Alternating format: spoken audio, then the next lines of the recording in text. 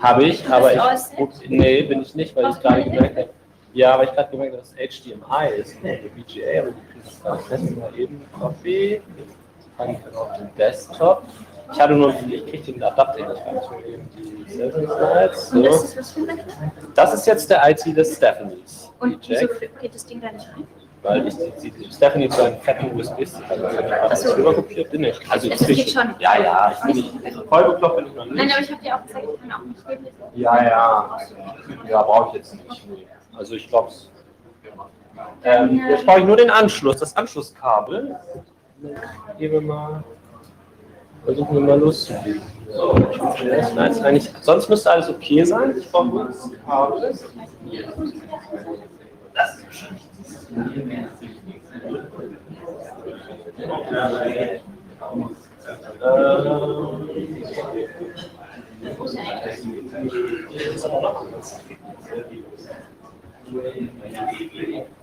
yeah, you know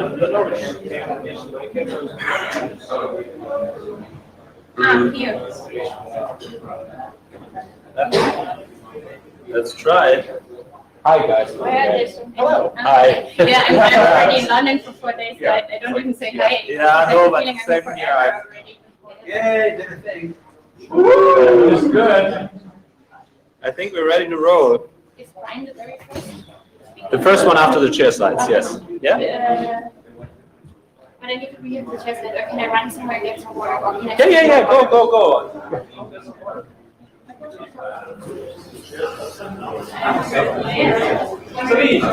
When do we start? When do we start?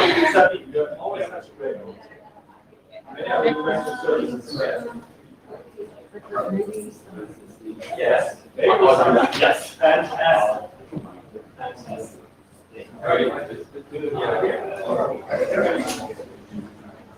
Okay.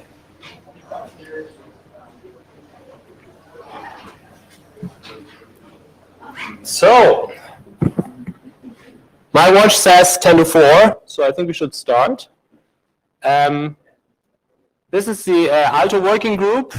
If you're here for Alto, that's great. If you're not, you're in the wrong room, but you are welcome to stay. My co-chair, Vijay Gobani, could unfortunately not make it to this meeting. He's online. I see him right there, so he's on Meet Echo. He will be able to speak up if there's something on Meet Echo, and he's definitely listening. My name is Jan Seedorf. I'm co-chairing this working group, and I'm, as you can see, physically here today to chair the session. Before we get started, we need some, let's go through the logistics. I see Meet Echo is on, so people can listen online. We have the blue cheese going around, so please fill them out, or fill your name in if you're here. The other thing is we have two note takers, Sabine and Richard have kindly agreed. Can somebody do a JavaScribe? Anybody? I see Lyle in the last row because he wants to hide from JavaScribing. Not on that laptop. Yeah, that's the same here. Anybody? Do we definitely need a JavaScribe? We do have Meet Echo on. Brian, do you know? Do we need one? Okay, so maybe we. Is anybody on Meet Echo here in the room? Would we see if somebody speaks up in Meet Echo? Okay.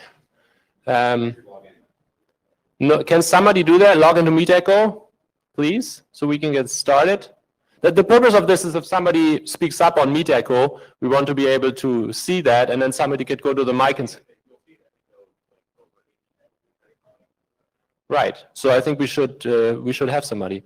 We have already two note takers, which I'm very grateful for, but so that we can get started, can somebody log into Meet Echo and speak up if somebody says something there on the chat room? Anybody?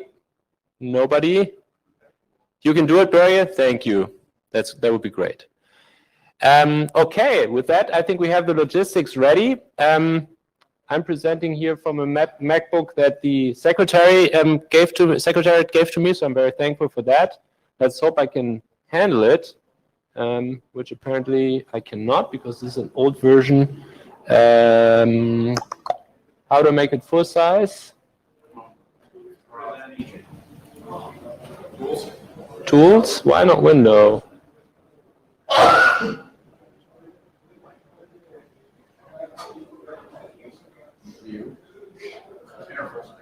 Good.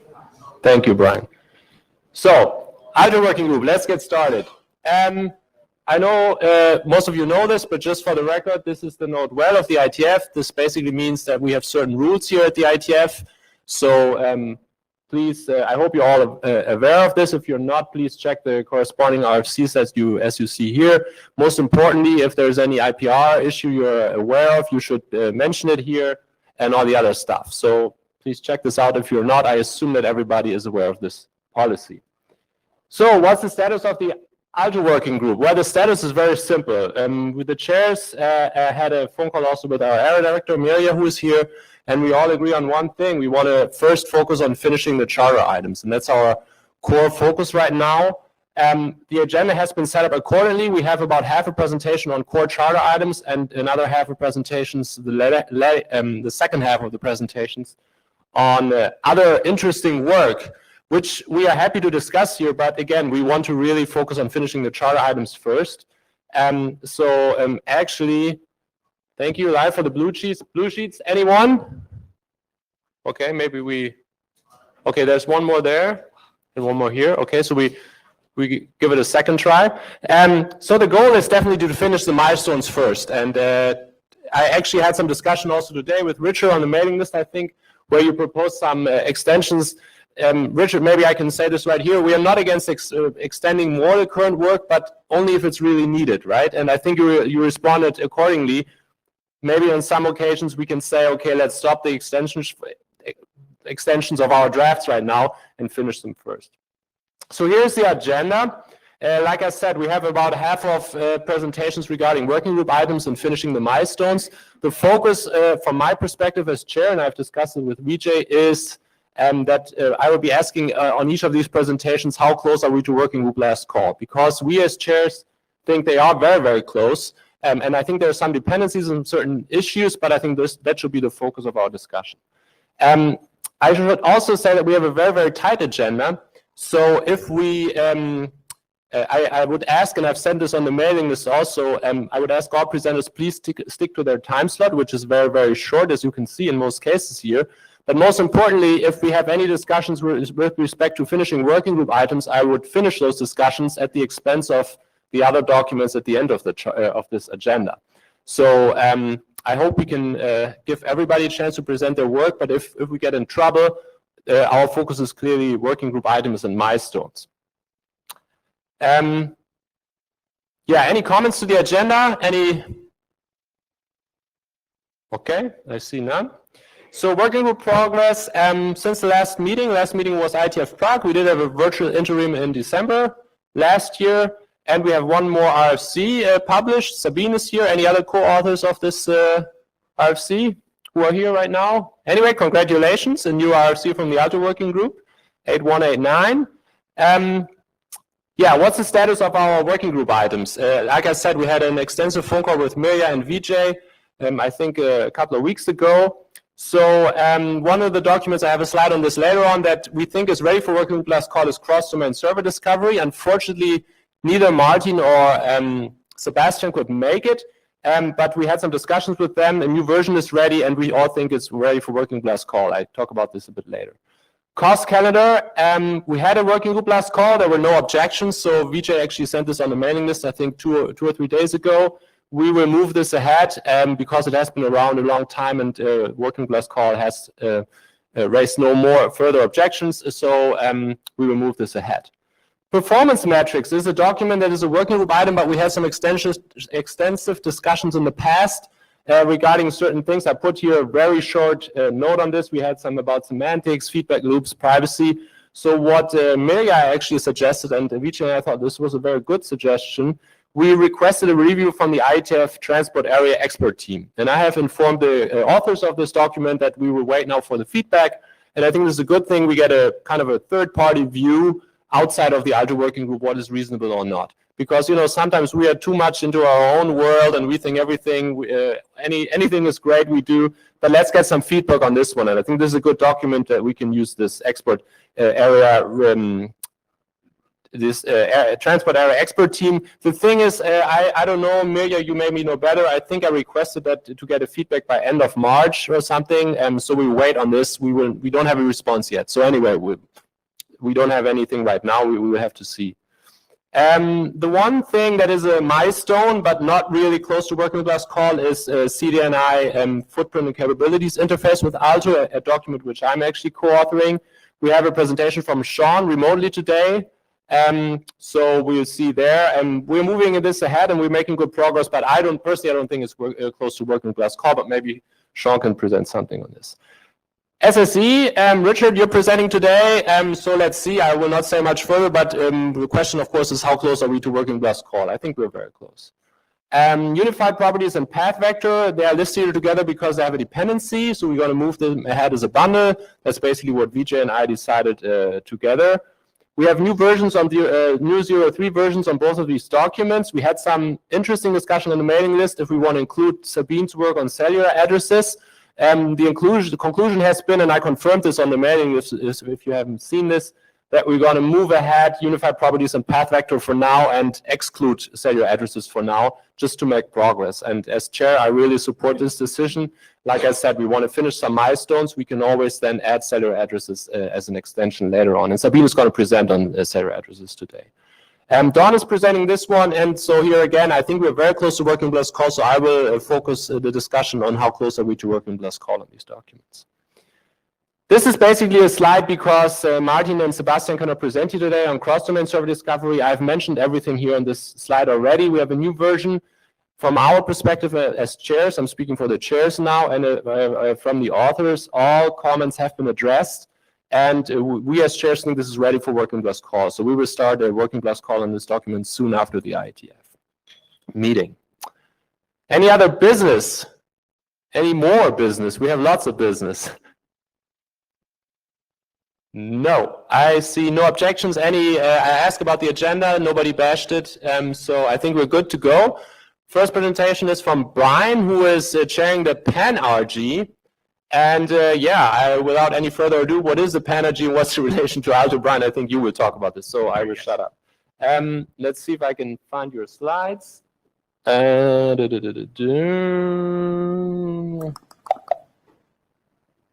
with PAN-RG down here. Overlap, yeah. Okay, again, view, full screen. Awesome. All right. All right, so hi, I'm Brian Trammell. I'm the co-chair of the Path-Aware Networking Proposed Research Group. We will have a meeting on Wednesday, I believe, or is it Tuesday? Tuesday. Wednesday. It's Tuesday. Chair, you should know. Check the agenda, Chair, man. Yeah, I should go fast. We're gonna have a meeting. Have a look at the have a look at the agenda to figure out where it is. That's how I know where I'm supposed to go. I think it's on Tuesday because Tuesday is the I'm sharing everything day. Okay. Real quick, what is Path-Aware Networking? Why do we have a research group? Why do we care about this? So an internet networking architecture is path-aware if it explicitly exposes information about the paths to the endpoints that are sending the traffic, that are making the connections, and it allows endpoints to have control over paths over which their traffic will be sent. You can't really say that the current internet architecture is path-aware, which is why we have a research group on this. It's not, something that exists yet. We're trying to see if it makes sense to bring into existence. But there are a lot of IETF technologies that could be used to sort of take what we have right now and add path awareness to it. And that's why I think this might be interesting for Alto. Next slide, please. Why would we want to do this, other than it's fun and research is interesting? So there's been a lot of stuff done in the transport area on multipath transports that really only applies in cases where you have multiple connectivity to the internet through diverse interfaces. If you had the ability to control the paths which traffic would take, you could do that even if you were singly connected. So you could actually run multipath transports in more diverse areas.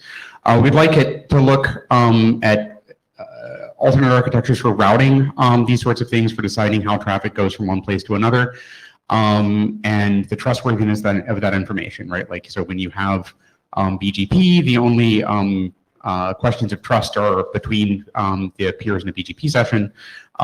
Expanding that back out gives you other ways to route traffic.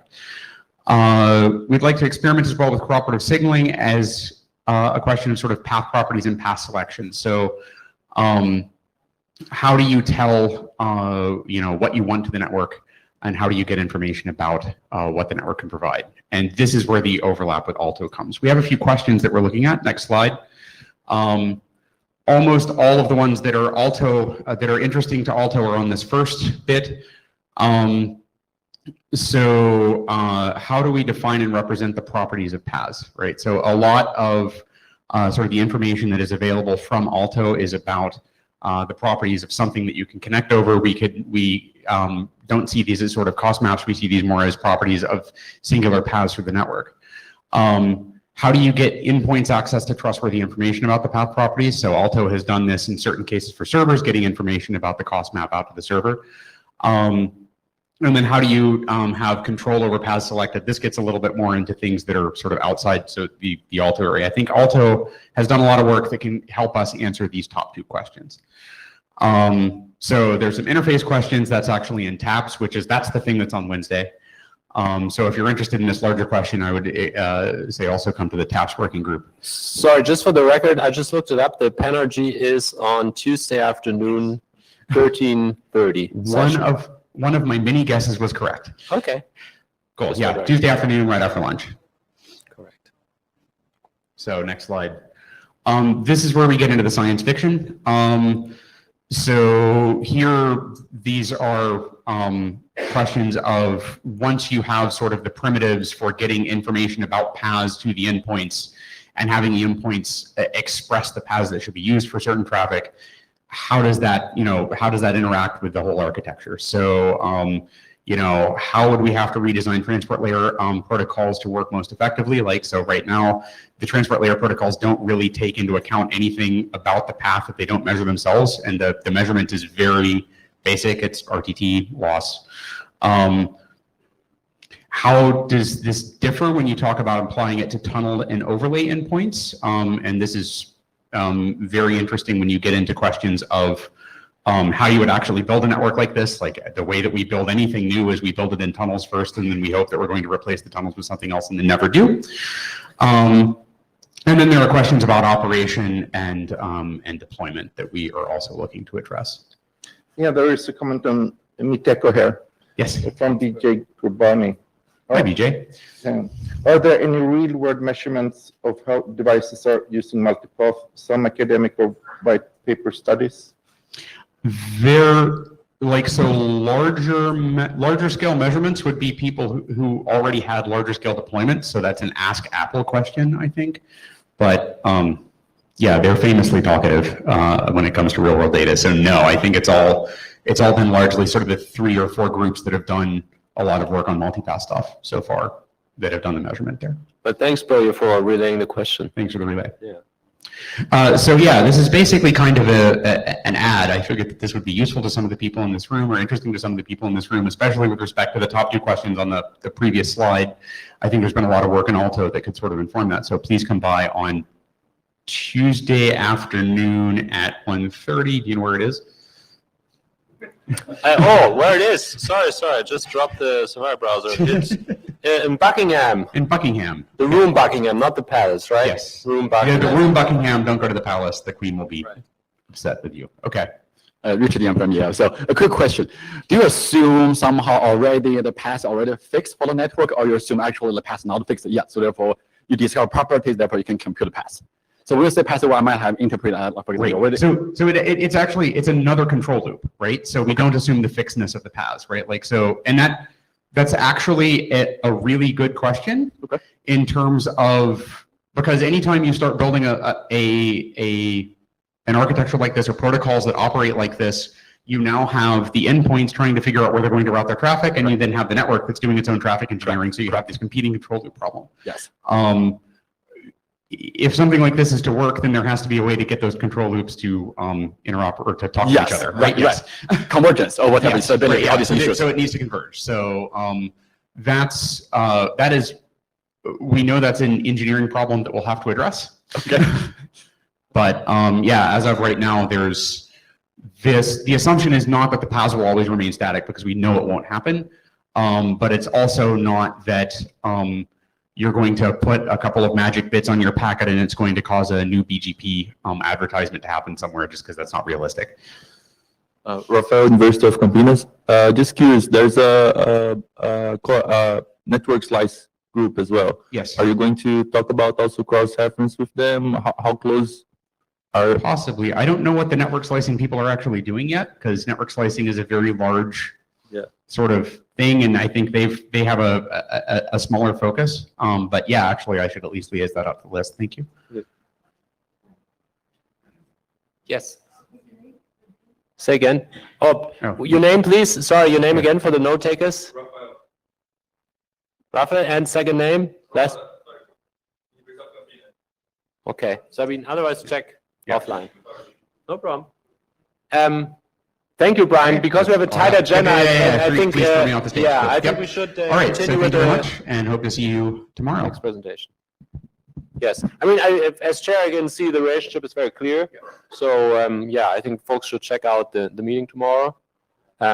Okay, let's continue with the first Alto document, Alto Unified Properties. Dawn, let's see if I can find the slides.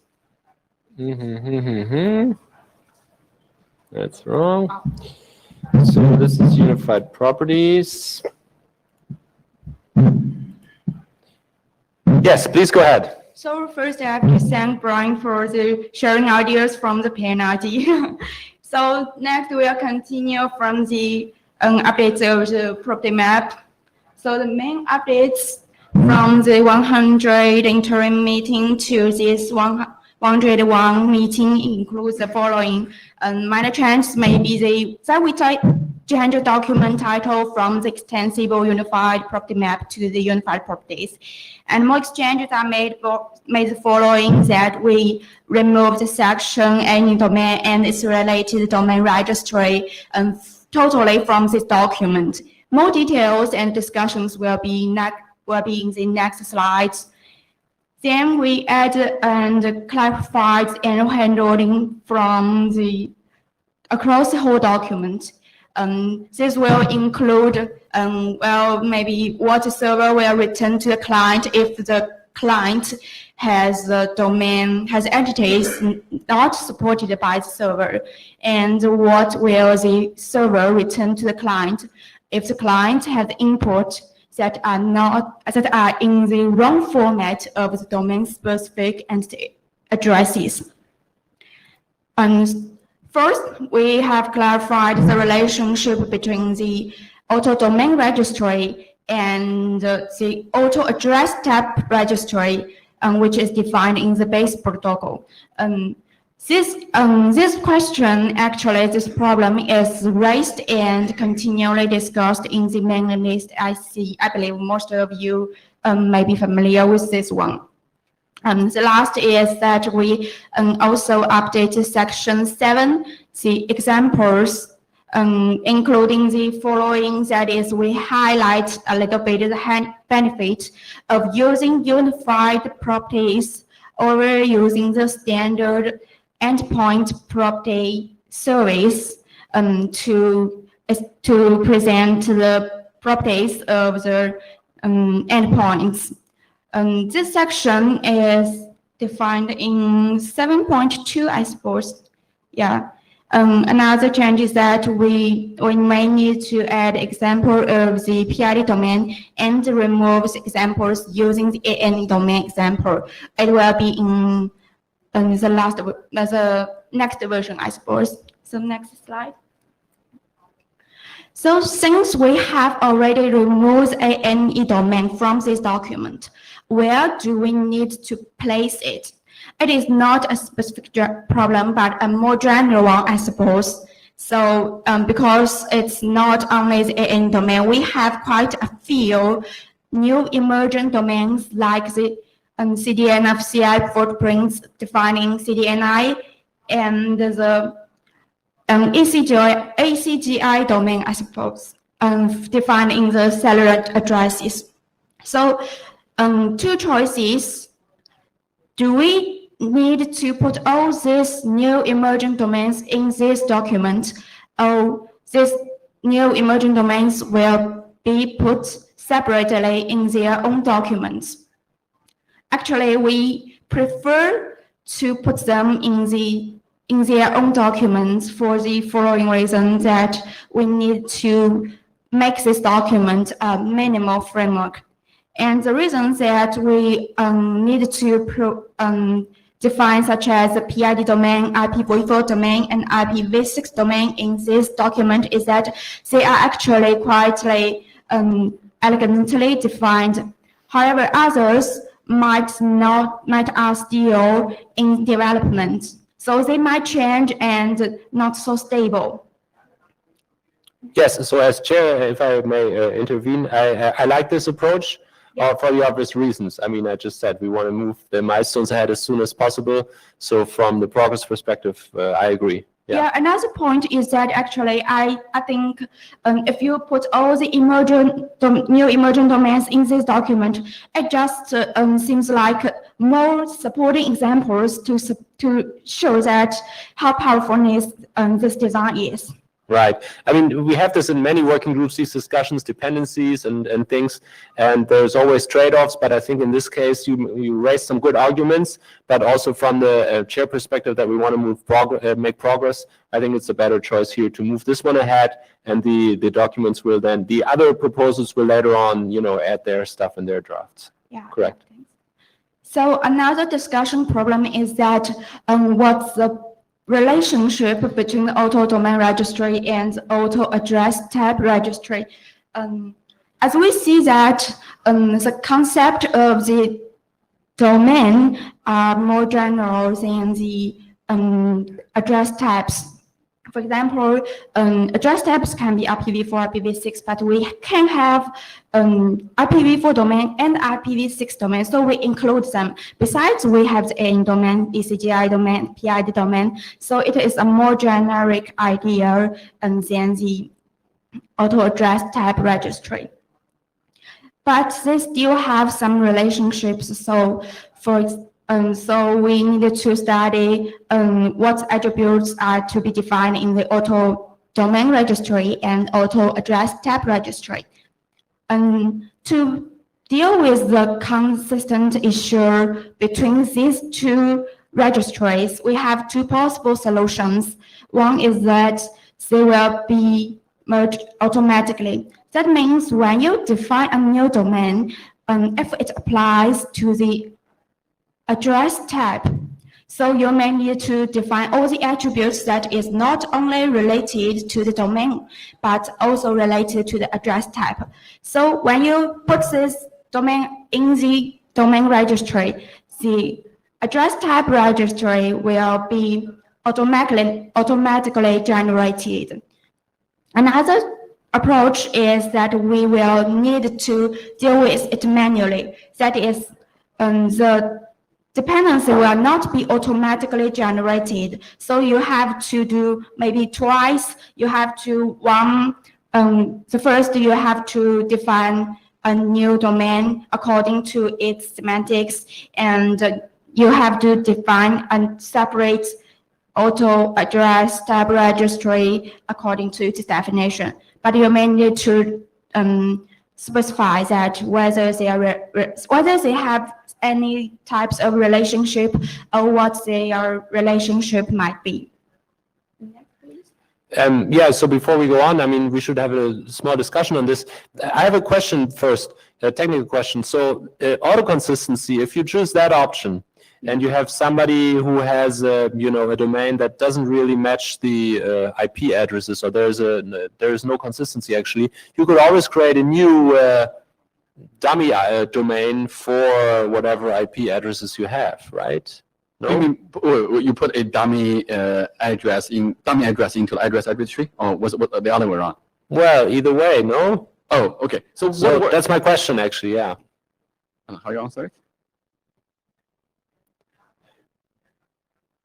Do you mean that if I put a domain that is not related to the address type?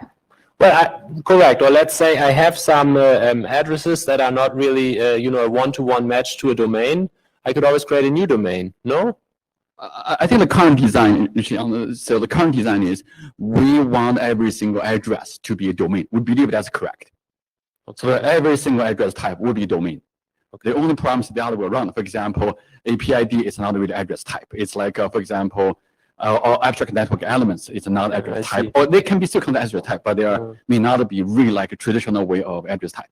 They are not locators. Yeah, okay. No, I see. So that was my technical question. From a process perspective, what do the authors prefer? That's question number one. And other comments from the room? Do people have opinions? Can I just say one thing? Yeah, Basically, sure. I think right now the authors trying to really go down the path of second one manual consistency, but we're not. We're wondering if there's any expertise from IETF working group and or IETF, IESG to really guide the process. You have one which is subset another one. Therefore, you need to register for both. And what's the process? Do you have like automatic registration in one and trigger registration in another one? I guess that's really a question for IA. And yeah, that's a really question I guess process. I also cannot answer at this time. The question is, how do we move forward? Do we just choose manual consistency, move this ahead, and see what kind of feedback we get from the ISG? I mean, That's a good idea. I mean, that works for me. If that's what the authors prefer, I don't see anybody in the room raising strong opinions. In the interest of moving things ahead, I'm just saying, why don't we? I agree with you. That's an interesting question, but I also cannot answer it. And Okay. just Yeah, we could, for example, go to INA and get the feedback, but probably can just first go down the menu path. okay. Second one. Thank you. I think Boje has a comment from Meet Echo. So Sebastian Kiesel is wondering, would your proposal mean updates to the base protocol of RFC 7285? I don't hear it clearly, sorry. So the question is, would your proposal mean updates to the base protocol RFC 7285? I think it's a new mechanism to provide the properties. No, let me answer. So the question is, we are not changing the base protocol, Right. and the base protocol has a actual type registry. We're only updating that registry with INA. We're not going to touch the base protocol. Correct. I think that's that's a also good my answer. understanding. Yes, I would have answered the same way. Yes, it just justifies the relationship between the address type registry in the auto base protocol. Sebastian, does that answer your question, or maybe there's some other insight? I don't know if you can still hear the question. No, but I think that answers the question. I think that Sebastian understands. I'm pretty sure. Okay. So VJ is saying we probably need to speak to the AD or to IANA to see what is preferable. There are two issues. A, what makes sense technically, and B, what is the view of the AD's IANA editors on how to handle this? Correct. No, I mean, I agree. So when I was saying we need to move this forward, we can either just do it and get the feedback that way, or seek the feedback ahead of time. And I think BJ is proposing that. That's fine with me. I think in the interest of moving ahead, we have a lot of presentations. Let's move ahead, but this is an issue we need to clarify with Jana and ADs, what's possible, what they suggest. Yes. There is another comment from Of Sebastian course. here. Go ahead, please. In other words, if I do not care for your document for some reason and just want to register something according to the rules in 7285, do I have to care? I guess the answer is no, you don't have to care. Correct? And Richard is agreeing. If you don't want to use this document, use the extension, and you will get the services as defined in RC 7285, I think. Yeah. Okay, then we have K Gao. Yes, there are different services actually. Okay, K Gao, I think do because others may use the address to look up properties from the unified property map. Unless you don't really want them to.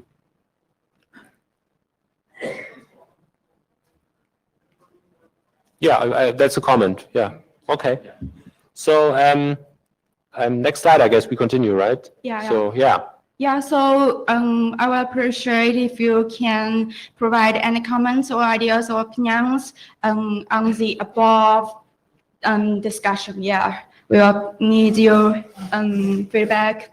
And if the other one is that we will make continuous progress towards the working group last call. Yeah, I think so. Yeah. So Don, I think you're done. Thank you. As chair, from my perspective, you make good progress. You updated the document, addressed several comments. We just have one main outstanding issue right now, the one we just discussed. Yeah. So let's try in the following weeks to clarify this. I mean, we should have mailing list discussion with BJ, maybe involve also Mirja and Jana in this, see what is their advice, and then we can move. As soon as we have a decision, have some advice from guys who know better, we can make a decision and move this ahead. So we just have one outstanding issue. That's from chair's perspective, that's great. Just want to add one more comment would be essentially, except this issue, I believe this document is very well polished. So therefore it's ready. Yes, so that's what I'm saying. I totally agree. And as chairs, we've discussed this. I think this document is ready for working class call, but of course we cannot do it until we have solved this issue. Yeah. Okay, thank you very much. I will still stay here.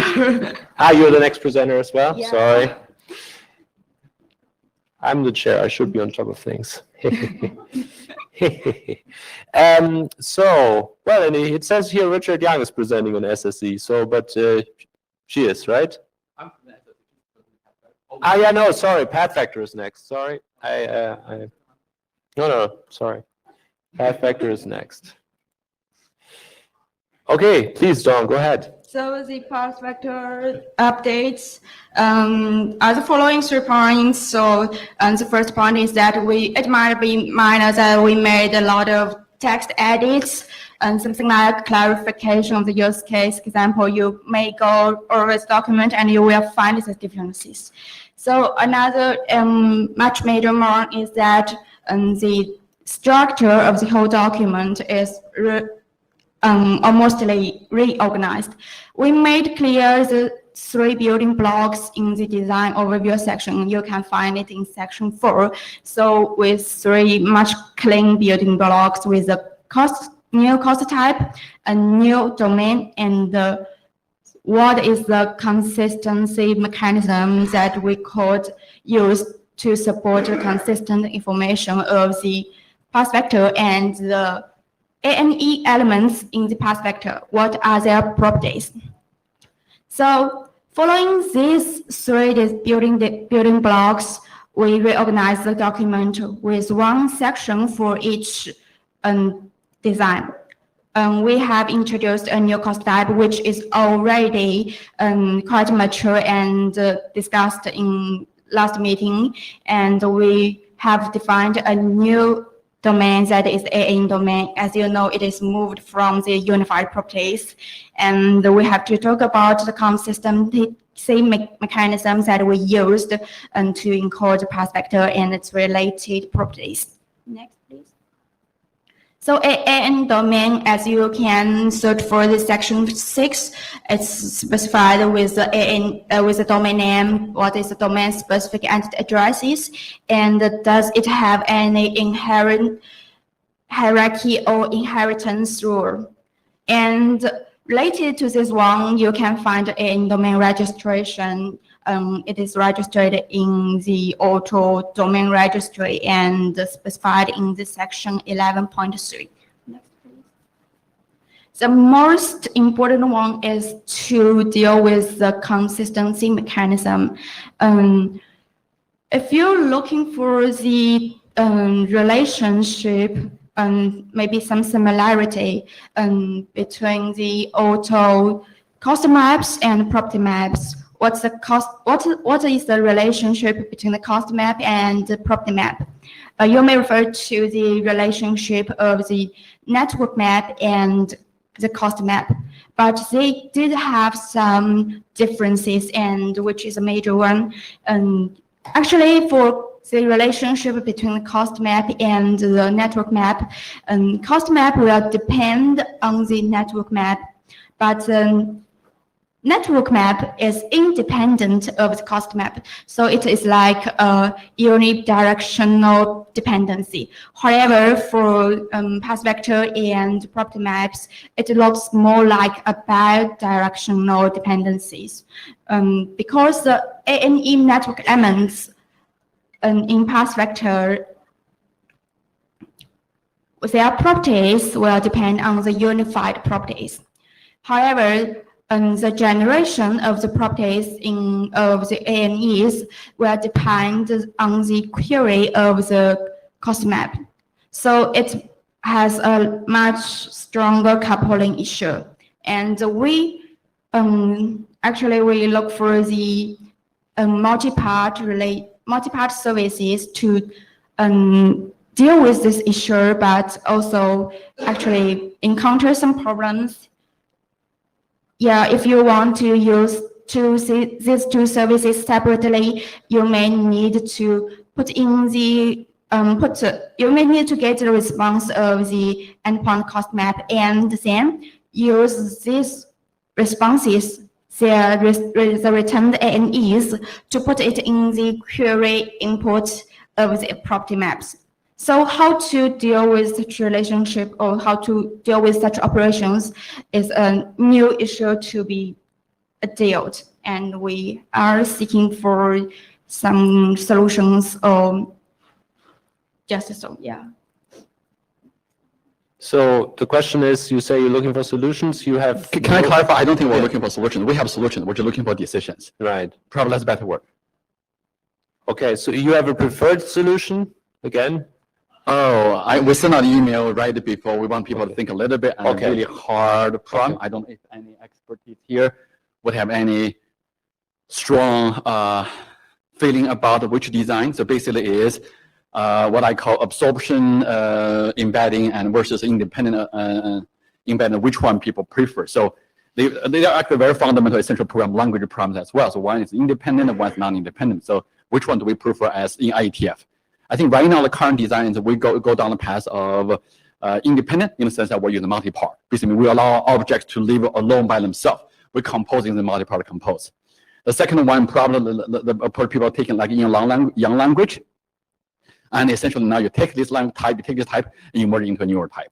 And we slightly don't like that because that would break our protocol, but we can go down that path. So we're just seeking the advice from a working group. Okay. Anybody want to comment right now? Okay, then I guess we have to have this discussion on the mailing list, and hopefully we can come to a solution soon. Yeah.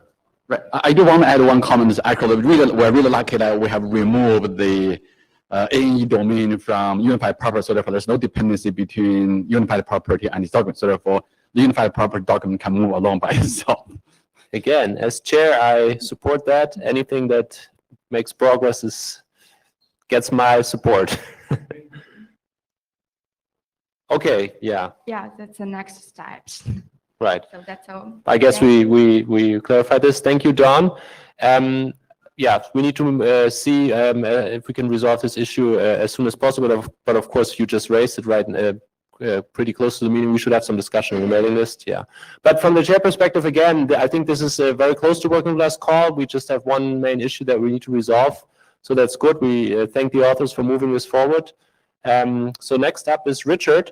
By the way, I'm fully aware that we are behind schedule, but as I mentioned before, we really want to have discussions on or get a feeling of how close we are to working class call on the milestones. So I'm intentionally giving enough time on our working group items and on the milestones. After we are done with all the working group items, I have to make a check how much time we have, and then probably we cut all the other presentations in half or something. We have to see, but that's on purpose. I'm aware that we are a little bit behind schedule, but yeah. Okay. So the next one is, let me look at the agenda. What's the next one? Equipment updates using SSE, right? Yeah. Okay. So let me start. So I'm presenting the SSE increment updates, and we think this is a very cool document. And right now it's getting almost ready. and there are only like 1 or 2 very small issues we want to get feedback, and I think we can wrap up. So what we have done is between the interim meeting and this IETF is we made a lot, basically, even though design is very stable, when we read the document very carefully, we found a bunch of text which you can revise forever, I guess. And here's what we did, and we did a lot of revision to achieve consistency, basically all text editing, a lot of text editing, and editing part is the terms. So we introduced a new terms section, and we think eventually maybe the IETF review would cause issues, therefore we introduced the terms section. We changed all the examples to use a single example. We have like 2 or 3 examples in the document. We said, why don't we have 2 examples or 3 examples? Why don't we switch to a single example? So therefore now we're using a single example and go across the whole document. So I think that's a very nice, that's very clean. And also we changed the section structure. Basically we used to have JSON patch and we have merge patch. Their section structure slightly different. And we did not like it, and we changed them to be consistent. So therefore those are the major changes. And then what we did was we clarified the data update choices, because that's one of the major new capabilities in the document. Therefore, we want to clarify this one as much as we can. And then we clarify on the requirements. So we did have a few requirement words. We started to go over like must, should, and really clarify all this stuff very nicely. And we'll talk to you with some examples. Next slide, please. So here is for people who did not read the document, or who, for example, here even read it. We clarify the words for a lot. So let me give you some like really high-level overview. And now we call the whole thing is the increment update will consist of set of update streams. And each upstream will have a set of data update messages and a set of control update messages. We obviously update.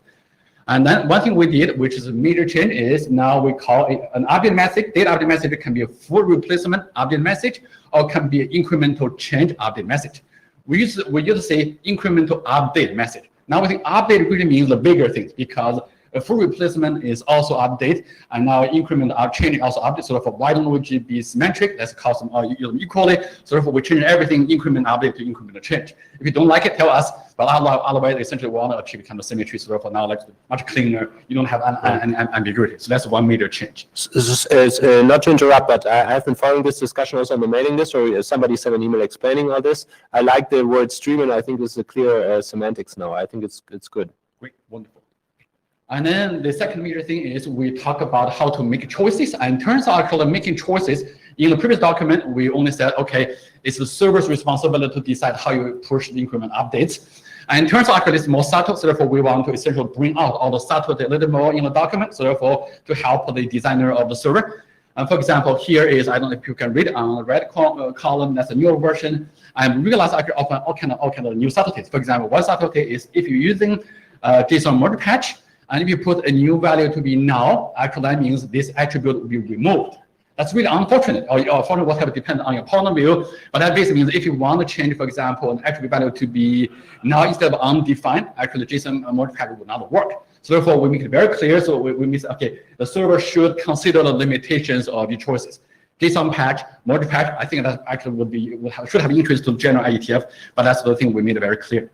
Next slide, please. And also we update about the data update choices, and now we really give a little bit more guidance about if you want to choose between full replacement versus increment changes. And if you have increment changes, which one should you use, JSON merge patch or JSON patch? We give all kind of like a guidance. I think that we hope that will be very helpful, and I think we all clarify a lot in terms of the document. Great. And one more thing is clarify with stuff, because given from my personal experience, when you go to IESG, they really always ask a question about all this must, should, and recommend. So we start to clarify all kind of requirements. And for example, we change all the uses, we add all these masses, and we use all the capital. And also one more thing, really requirement is about the future of the service. We want this increment update to be reusable across as future as possible, futuristic as possible. But unfortunately, there's a major issue we realized is for the increment updates, unfortunately, both JSON patch and merge patch, they can support is only a single JSON object. That's their requirement. Essentially, it's a single object, and if you want to patch it, it's a single object. Unfortunately, that means that would be a requirement for all the future. If you want to have an increment updates for a system, and you only have to essentially encode the whole thing as a single object. Otherwise, JSON patch, merge patch will not even apply. So I think that's a decision we made, and we're not going to make any major changes. We said, okay, let's go down with it, the assumption, and maybe in the future, people can come with a newer patch algorithms, for example, can apply to multiple parallel top-level objects, but we're not going down this path. For progress, we decided to go down this simpler approach. You have my full support. Okay. Okay, so that's essentially all and all of them. And now let me just raise the issue for the last final touch point for this design. And this value is only, for example, for this incremental update, actually the generic prompt. So let me describe the prompt a little bit, and let's get feedback and get opinions from the experts of this working group. The prompt is following. We're using HTTP. And HTTP essentially is, of course, before 2.0, it's a unidirectional protocol, and a client sends a request, and the server will give you a response. So therefore, in our incremental update stream, and if you want to send a request, for example, control, for example, add a new stream, we have to use a separate channel because there's no way from the same HTTP to send a request to the server. So therefore, we send a request to the server using a separate channel. And now the problem is, how can the server will tell the client that this one is success? For example, you want to remove a stream. You can send a request from the client to the server and success, give you 200 successful, but you don't know if this request has been processed or not because that's a separate channel. And oftentimes they probably run even different threads or even different processes. How do we handle this issue? So therefore, currently there are two ways to notify success. And one is notified from the client, from the control channel. And second one is also the server can notify outcome in the update stream, in the data channel, two channels, multiple channels. And this essentially we want to have very nice thing problem in the transport layer protocol. And there are two designs. And of course, you can also have a third design option, which combination of two. The current draft actually essentially is using a combination, version 3. We want to get the feedback from working groups that if that's good or bad, and if there's no strong objection, we're going to keep the current draft. But if not, and of course, it's essentially you can go down either 1 or 2 or go down 3. For example, if you want to go down only 1, and server probably only say, for example, like typical Amazon AWS service, you submit a request, and the Amazon server will say, okay, in progress. And then you probably respond another way and so on. But at the moment, we're using 3 to notify in both channels. Control channel, essentially it's in the thing and in the data channel. So that's current design. Feedback. Yeah, any comments from the working group From experts on this design. issue? Yes. John, please. Oh, okay. John Peterson, I'm not an expert in HP design, but surely we should just ask one, right? I mean, Say again? Sorry? surely we should just ask one, right? Ask an HTTP Yeah, expert. let's give MT and like ask MT what he thinks. I mean, I'm Okay. sure I'll this send is that not- to them, I guess, all experts. Yeah. Okay. Yeah, that's a good idea. Good idea. Can do that. Yeah. Like essentially like design pattern or whatever, just make it, for example, make it a conventional and Right. people probably debate. I see no other people who want to speak up in the room, so I assume there are no objections. But John is correct. Let's ask them expert if option 3, for some reason, is not, proper design from an HTTP perspective. Correct. Or they have their own design patterns, which feel which one's better. Right. We do have, like I said, this is a common issue. Not like So, Richard, I assume you and the co-authors will take care of this request guidance from HTTP experts. yes, we'll do that in the next couple of days. All right. Yeah, it's a good idea to maybe even do this on site here, just face to face. Yes. Right. I'll do that. Correct. Okay. Okay. So again, thank you very much for the presentation. Again, I think we, as chairs, are correct that this is very close to working group last call. And you agree, I think? Yes, I agree. I think this is very well polished already. Right. So we as chairs agree. So actually, if I go back, you just presented clarifications and updates. So this is the only issue, if you will.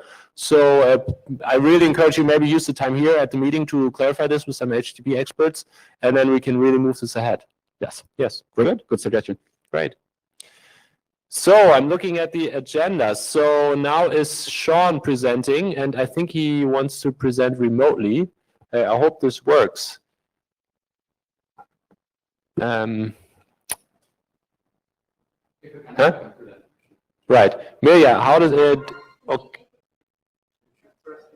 I should press a button? Ah, this one. Okay. This is awesome. This is cool. Okay. Hello, can you hear me? Yeah, we do. Oh, great. This is working. Yeah. Yeah, we can see you very well. Everybody in Hello. the room, can I get a whoop whoop? Whoa. Whoop whoop. We can see you. Great. So, Nice to meet you all. So I will show you slides, and then you can speak in parallel. Let me just Okay. load the slides. CDNI. Okay. Go ahead. Okay. Hello, everyone. I'm Sean Lin, and today I'm going to talk about the current status of Alto CDN FCI map draft. And then let's start from a summary of the changes. The first one is we rename CDNI FCI auto service to the CDNI FCI map. The second one is we introduce the precise definition for the CDNI FCI map. The third one is we refine the filter on capabilities. And the first one is we refine filter on footprints. And we made extensive refinements to the examples. And also we add IANA considerations. Next slide, please. We add the schema of the CDNI FCI map response, and we make the definition structure of it consist with other already defined maps. And there are two notes. One is that the definition structure is the same as the other one. And we need to make clear that the CDNI FCI map data definition is defined by CDNI, not auto. Hence, it's normative. Next slide, please. And we clarified the schematic of the filtered CDNI FCI map. It is given some capabilities, which footprint have at least one of these capabilities. So for the query in the left-hand side, only capabilities with footprint constraint in the red rectangle will be returned in the right-hand side, because they all have the HTTP 1.1 delivery protocol capabilities. Next slide, please. And next, we consider the error handling of this query. The missing field error will cover the cases only capability type or only capability value, or the value of the capability value is null. And the invalid field value will cover the value of capability value is inconsistent with capability type. And there are two special cases. Special cases here means that these cases are not errors. The special case one is that if CDNI FCI capability is null, or the value of it has no elements, the auto server will return the related full CDNI FCI map. And the second one is if the capability type is not defined, the auto server will ignore this capability while return the remaining result. Next slide, please.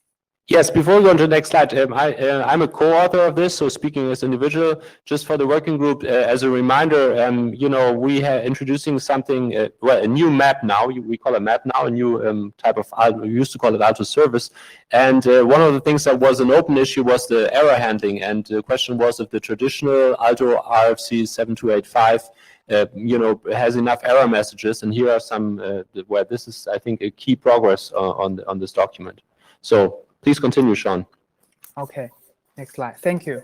And here we introduce the new footprint type auto network map, and we update the encoding of auto network map footprint. Below is an example. First, we add the dependent VTAG field here, so that in the right-hand side, this CDNI FCI map is depend on my EO net maps. And then from the right-hand side, the bottom of the right-hand side, we can see that we use the PID Germany and the South France as the footprints. Next slide, please. Again, here, just a short add-on. From the beginning, I mean, I've been pushing this for a long time, and from the beginning, I thought Alto was or Alto network maps was the natural choice to express footprints. So here we have, it used to be an example, but here we have now a clear way of doing this. This doesn't mean that there couldn't be other footprints, but obviously using an Alto network map makes a lot of sense. Yes. So, and we add the IANA consideration. First, we register a new CDNI metadata footprint type auto network map, and then we register two entities domain. One is ANE, and the other one is ASN, and the other is the country code.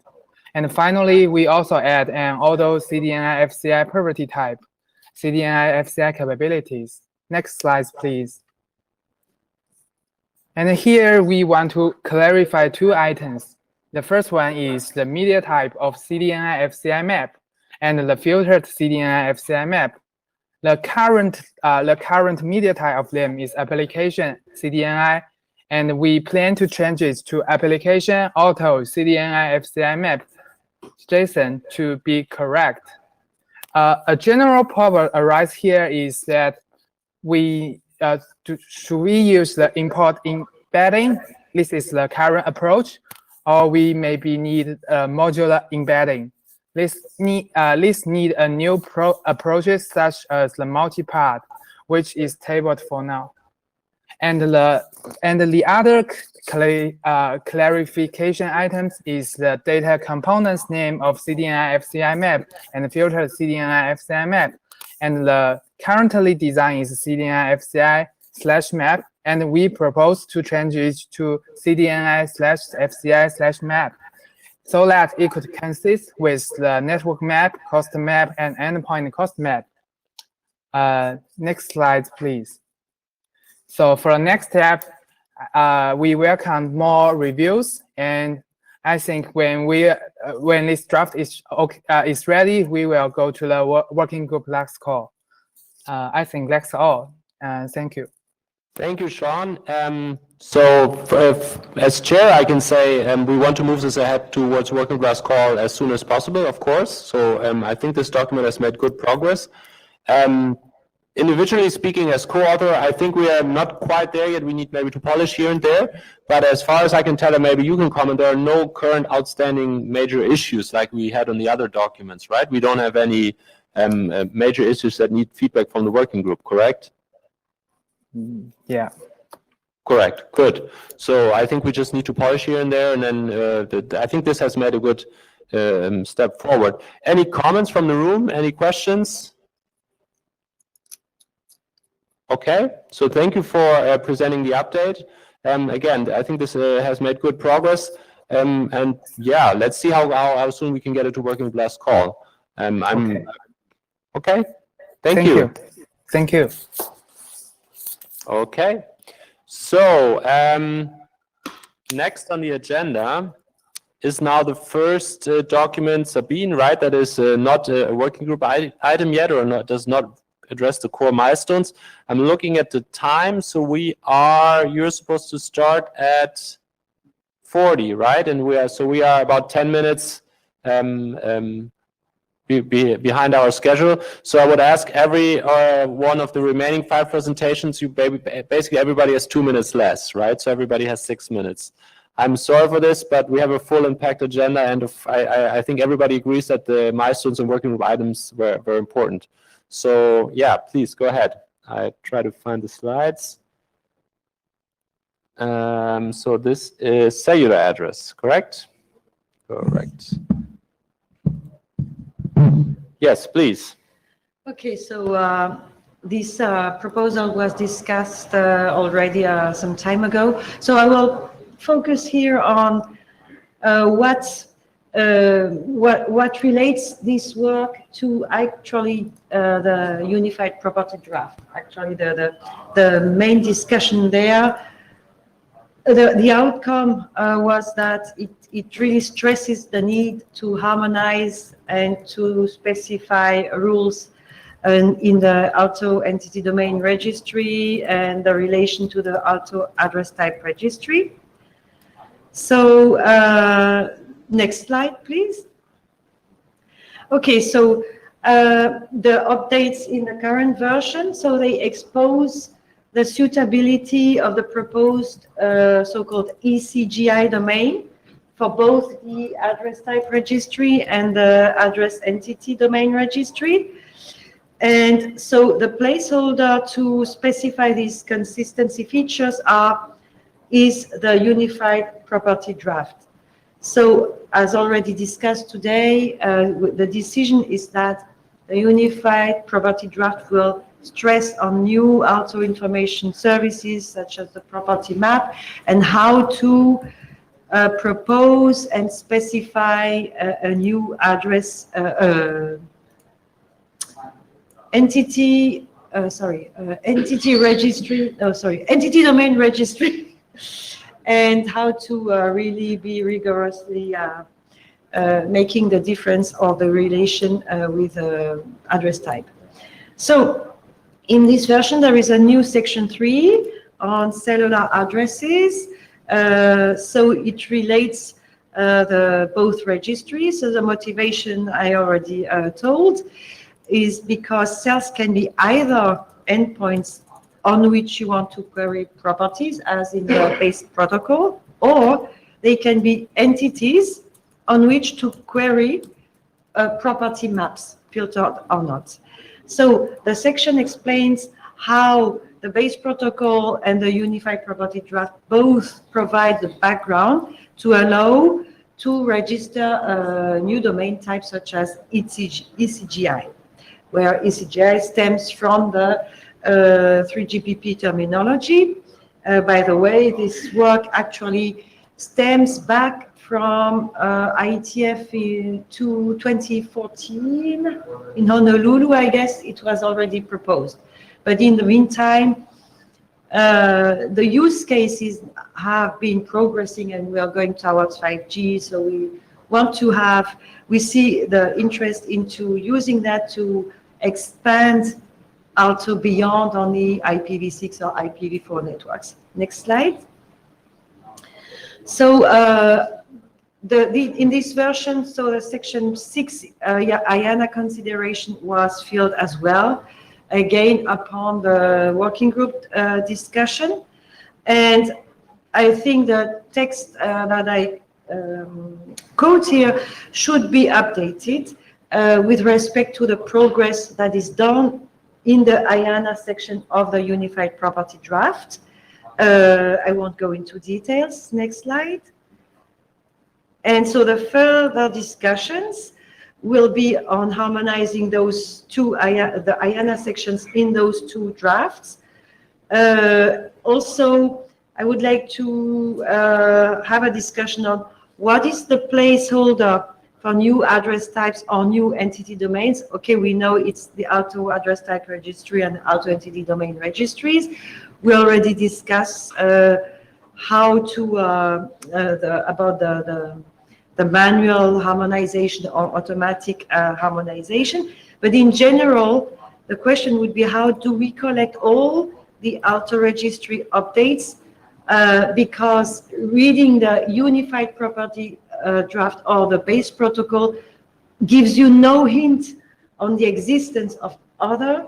So do we really want to go through the whole, to all the Alto drafts that propose extensions and find out that somewhere there is a new domain or a new address type?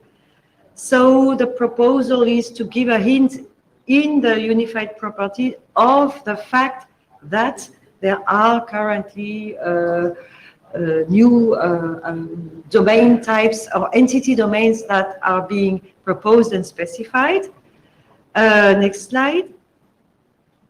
And yeah, so basically that's it. The plans for the next section is to further work on that IANA section and post our discussions. Thank you. It's okay. Richard Young, quick comment. I think so I think they found all these new address types and domains by looking at the two registries, right? I think there's this website we can look it up and see where they are registered. Is that really the question you're asking in your further discussion? Slide number 5. Well, actually, yeah, I agree. We know the official placeholder. Maybe the formulation was not so clear in my slide. Okay. Actually, the issue would be how to, if we focus on working group documents, their goal is to specify how you define an information service, how you use it. So that's the focus now. That's the option chosen now. Okay. But on the other hand, I kind of miss something that makes people find out that there is such and such. For example, how, if I could, for example, only be interested in the unified properties. Okay. So how can I find out that there is something that like A&E, for example? So, You're looking for some kind of reverse index, I guess. sorry? Reverse index. Yeah. Okay. Okay. Any other comments, questions? Okay, then thank you. In the interest of time, we move on to the next presentation, which is Danny and broker, Alto-based broker system multi-domain orchestration, correct? Correct. Let me find that one. Are these the correct slides? Yes, correct. Hold on, this is 00. I hope I am using the, you sent an update, right? No, maybe not, but I confused two of the, that's fine. I think this is the correct one. View. Okay, please, go ahead. Good afternoon, everybody. My name is Danny from the University of Campinas, and today I'm going to talk about the use of the Alto services in the context of multi-domain orchestration. Please. First, I will talk. Sorry. First, I will talk about a little bit about the multi-domain orchestration. After I will present our proposed approach, and finally, I will introduce some Alto extension in order to support the main functionalities in our proposed architecture. Please, next, please. Current and future 5G network scenarios call for a broader cooperation between stakeholders in order to provide flexible multi-domain, multi-operator services. This operation will require the information exchange across multi-domain orchestrators, NDOs. The key information to be exchanged includes the abstract network topology, resource availability, and the orchestrator entry points between different administrative domains. However, the multi-domain orchestrator faces different challenges. For example, the lack of abstraction in order to discover and adequately represent the resource and topology information, and the discovery of candidate autonomous system in order to provide the requirements for an end-to-end network service request, and another challenges. Next, please. Based on this context and challenges, or a proposed approach is to create a federation networking paradigm where a broker plane works on the top of the management and orchestration plane, whose the main goal is to discover resource and topology information from different administrative domains in the federation, and or design resource on the Alto services to offer abstract network maps with a simplified view, get enough information about multi-domain orchestrator involved in the federation. Next, please. Here we can see our proposed architecture, where the broker component is conceived to be working as a coordinator between a set of multi-domain orchestrator, whose the main components are the inter-domain resource in order to create a hierarchical database with the inter-domain resource information, inter-domain topology component to create a hierarchical traffic engineering database, and an Alto server use the information collected for the inter-domain resource and inter-domain topology to create abstract maps. Well, for example, the property map can be used in order to have a clear global view of the resource offered for different multi-domain orchestrator, and a cost map can be used to obtain connectivity information. For example, a patch vector with the AES level topological distance between source and destination multi-domain orchestrators. This example can be supported with some extension to the Alto-based protocol. Next, please. In case of the property map, the Alto server must return multiple values for each property in the property map. In this case, the response specification was extended for each property map name defined in the resource capability list. The corresponding property value must be encoded as a JSON array instead of a JSON string. Next, please. Here we have an example where the Alto client wants to retrieve the entry property map for PIDs entities with the entry point, CPU, memory, storage, and a list of service access points or ports, and a list of network functions. Next. And in case of the cost map, the Alto server must provide connectivity information for every service graph link in a service graph path for an end-to-end requirement. This information is the AF level topological distance in the form of a patch vector. And this map, the asset input parameter specification was extended. For example, the required filtered cost map support a service graph with a formatted body as a network function forwarding graph object. This NFFG object includes a set of network function, a set of service access point, a set of logical interconnection between network function, service access point, or both, and a list of end-to-end network service requirements. Next, please. And in the case of the response specification, the response for each service graph link in each end-to-end requirement must be encoded as a JSON array of JSON arrays of JSON strings. And as defined in the patch vector graph, if an Alto client sends a request and a set multi-path related, the Alto server must provide associated property map information. Next. Here we have. We're running out of time. Can you finish?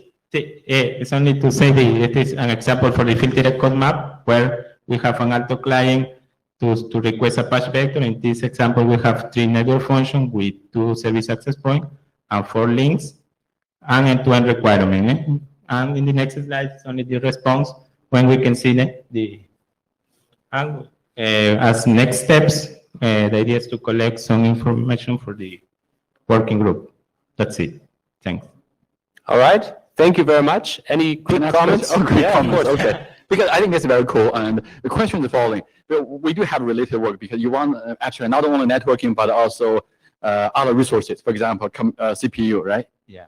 So the major problem we're working with this IBM with very large US Army and actually UK project is for CPUs, they get confused.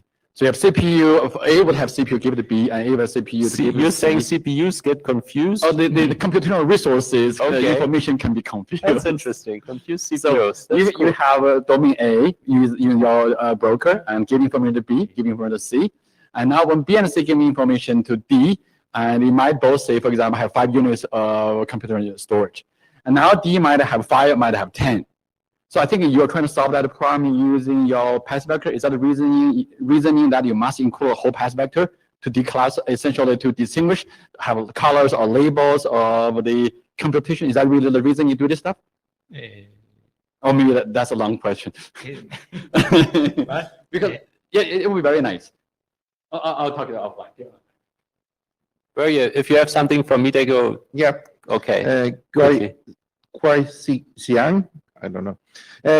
Given a source destination pair, why it needs to discover all possible paths between of this pair to control the path? Question.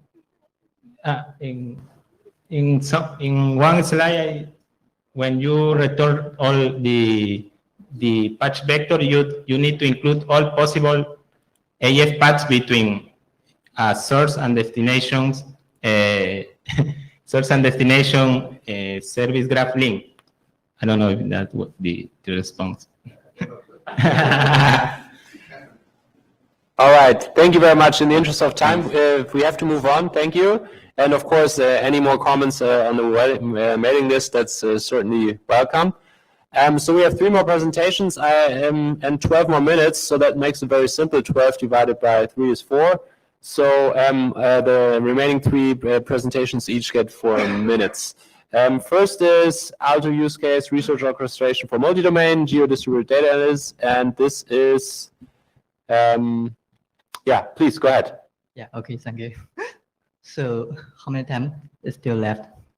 You have 4 minutes, sorry. Okay, so challenges. So yeah, so from the last item interim meeting, we just have presented the uniform design and the implementation requirements and demonstrate early prototype in the supercomputing 17 and that one. Yeah. And actually, in this IETF 101, we have submit a newest version, and it makes the substantial updates since the previous version. And our goal is to better prepare the document for the review from the working group. And we propose an auto extension to support the accurate privacy preserving resource discovery from the different member networks. So maybe we can, next slide. You can see we have a lot of updates in this version, and include the background and design requirements and some design decisions and details, and maybe we cannot go to every details, but just next slide. This is the background. Next one.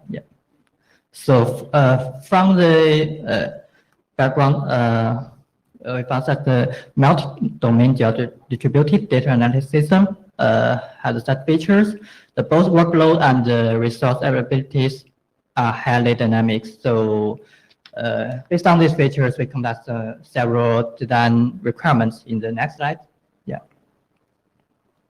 And from the user aspect, we found we need to provide the performance predictability and the efficient resource sharing. And from the member networks aspect, we need to achieve the high resource utilization, and but we need to maintain the privacy and autonomy of the member networks. Also, we need to provide the capabilities. So next one. So we review some existing design of the many systems in our documents, and we found that this system cannot satisfy these requirements because they are lacking information model to support such a resource discovery precise. So next one. So in the Unicorn, our system, the fundamental design decision is to choose the Alto as a resource information model for the several reasons, and cannot talk about the details. So just next slide. So we just use the current architecture of the Unicorn system, which including the Alto server and client and some execution agent to take the task from the application and discover the resource from the different member networks. And with you the three-phase resource discovery process, and we will talk the details in the next slide. And at the first phase, I think we're running out of time. I'm sorry. Already. So I mean, the slides are online in the data tracker. So if people want to have a detailed look, do you want to wrap up? Do you have a final slide where I can summary? Maybe that's a good. Sure. Way to finalize. You can see slides in the website. So Unicorn just provide a generic design for the large-scale multi-domain data center sort of realization, and the use case are listed in the Alto working group charter. And we plan to submit a full paper to the Supercommittee 18, and we will perform the large-scale demonstration and the deployment just maybe by the IETF by L3. Thank you so much.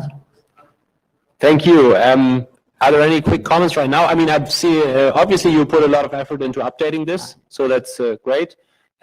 Obviously, it's not a charter item right now, so we have to see how we can move this forward, but thank you for the presentation. Are there any quick comments?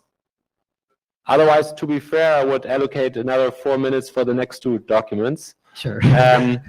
So, next one is... Next one is the FCIs. Which one? Flow-based? Flow-based cost query, And you're presenting as well? Sure. All right, great. Sure, the next page. Please go ahead. So we just highlight the major update of the latest version of the FCS draft.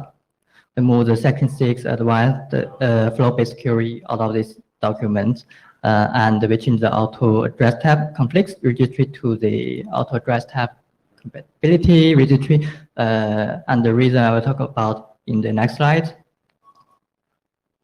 Yeah, okay. So before we talk about details, it's a review. Just to recall our requirements and the proposal of the FCS, probably in the last IETF meeting, we just gave it. Yeah. Sure. So in this version of the draft, we just saw the remaining issue from the last IETF meeting. The first one, we want to solve how to achieve a unified query model, because we have two different model design options. And the other issue is how to resolve the flow attribute conflicts, because flow definition from the client request may be invalid. So we want to allow the server to notify this invalidity to the client as early as possible. So that's one. Yeah. So we have not found a unified query model to integrate all the design options, but we just compare the existing two design options, and you can see in the for the partial mesh source destination pairs, the design decision can achieve the better compatibility and can reduce the request size, and it's extensible enough, and it's simple enough. Although it's the flexibility of this design decision is not better than another one, but we will introduce some address type, new address types to make it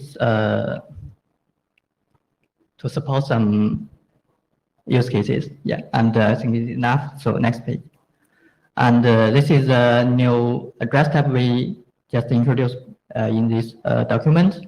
We use IETF to support maybe the layer 2 flows between the data center networks, and we use the domain to support the CDN use cases, and we use the TCP and UDP to encode the socket address, and it can support the flow level scheduling, and they are the major use cases we want to solve for the Alto, and yeah, next one.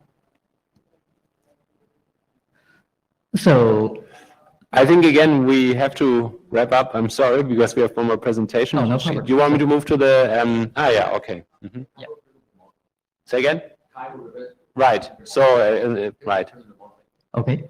So you want to wrap up? Yes, please. Yeah. So maybe we want some comments from the working group later in the mailing list. Yeah. Yeah, I think because we're running out of time, we refer any discussion to the mailing list. Regarding working group item, you know that we as chairs want to finish the milestones, so not at this time. Let's see what goes on after we finish the milestones with the working group. I see there's a lot of interest in new work, so we have to see, but not at this point in time. Thank you. Sure. Yeah, thank you. All right. So we have Kai presenting on Alto path vector compression, and maybe we have like 4 or 5 minutes left. Is he online? I have the magic button here.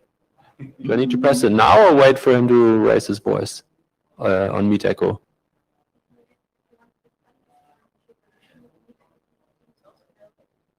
I think I sent him he should request.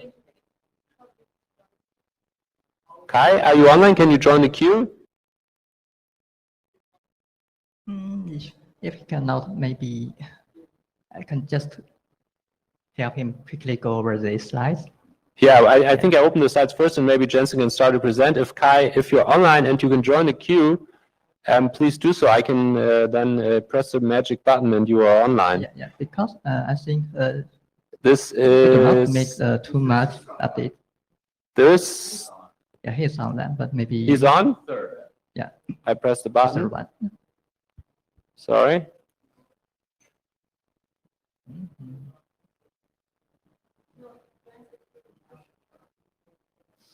I think it didn't work, but so we are now Alto path vector compression. I'm just trying to find the slides. Alto path. Routing abstract, last one.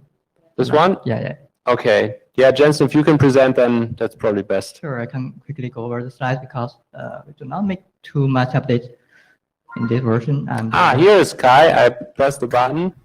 Oh. Okay, wonderful. So thank you, Jason. So okay, I great. will do a remote presentation. So thank you, Young, and hello everyone. I'm Kai, and today I'm going to present the RSA draft. Since we are running out of time, I will skip some of the pages that involve technical details and give only a quick summary. So next slide, please. So here's the summary of the draft for those who may not be familiar with Lorentz state abstraction. So it is short for Lorentz state abstraction, and it's a set of algorithms to provide information for a set of correlated flows. So the information is encoded as an auto path vector response. So how is RSA related to our working group drafts?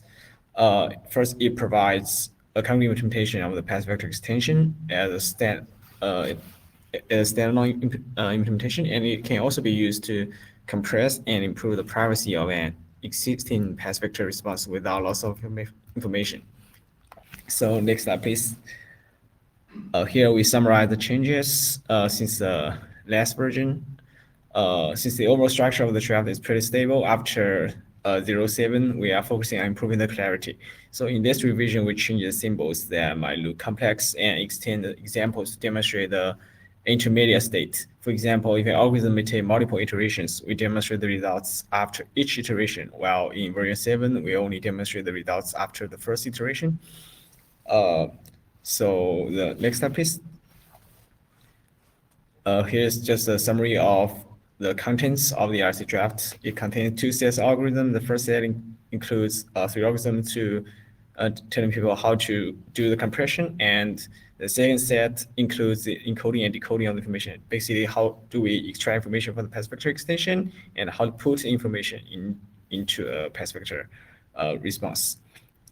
So since we don't have much time, we can just directly go to page 15. Great, yes. Yeah, thanks. I mean, the slides are online for people to look at. They are in the data tracker, so right. Yes. Okay, so here is a summary of the RC draft. We have discussed the roles of this draft and also the updates in the later versions. So it is targeting informational track, and we have not updated this in the draft, and we will do this in the next revision. And we also like to call for reviews from the working group and to adopt this document as a working group draft after the milestones are all set. Great. Thank you, Kai. Regarding the progress and usefulness of this work, as speaking as chair, I clearly see the usefulness. I mean, compressing path vectors. Regarding process, moving it to working group item, my answer is the same as for the last one. Let's finish the milestones first and then see if we recharter the working group or not. So under the current charter, we had a discussion with Mirya, and I think she fully agrees with Vijay and me that we want to finish the current milestones, and then we have to see if we recharter. So if we do that, then certainly this is a possibility, but not right. We wouldn't make it working group item right now. Okay, but thank you for your presentation. I am happy that it worked out remotely. We are running over time, so I think we are done. I'm happy that we made all the presentations and we got a good overview on the status of our working group items. One last comment, Vijay mentioned that he is looking forward to the meeting in Montreal, and he's very hopeful that he can be there. So I'm not sure yet, I have to see, but we are most likely to have a meeting in Montreal, and hopefully there we can close a lot of the, or by then actually, I hope we can have closed most of the working group last calls that we have on the agenda. Okay, thank you very much. Enjoy the IETF meeting, and I hope to see most of you at the social event tomorrow. Okay, bye. Yep. Alto out. Alrighty. Okay. Good.